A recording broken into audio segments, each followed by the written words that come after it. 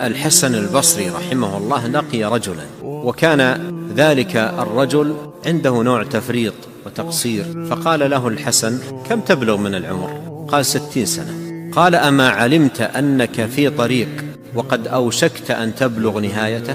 أما علمت أنك في طريق وقد أوشكت أن تبلغ نهايته؟ قال الرجل: إنا لله وإنا إليه راجعون. قال له الحسن: أو تعرف تفسيره؟ هل تعرف معنى إنا لله وإنا إليه راجعون؟ قال: وما تفسيره؟ وفعلا كثير من الناس ربما يقول أذكار مشروعة ويكررها لكنه لا يعرف معناها ومدلولها. قال: أو تعرف تفسيره؟ قال: وما تفسيره؟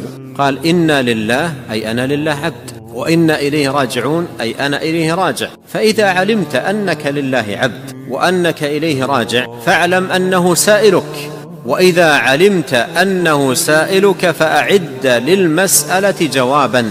انتبه الرجل وأحس أنه ينبغي عليه أن يتدارك، فقال مخاطبا الحسن: ما الحيلة؟ أعطني المخرج، ما الحيلة؟ قال: الحيلة يسيرة، الحيلة يسيرة، أحسن فيما بقي يغفر لك ما قد مضى.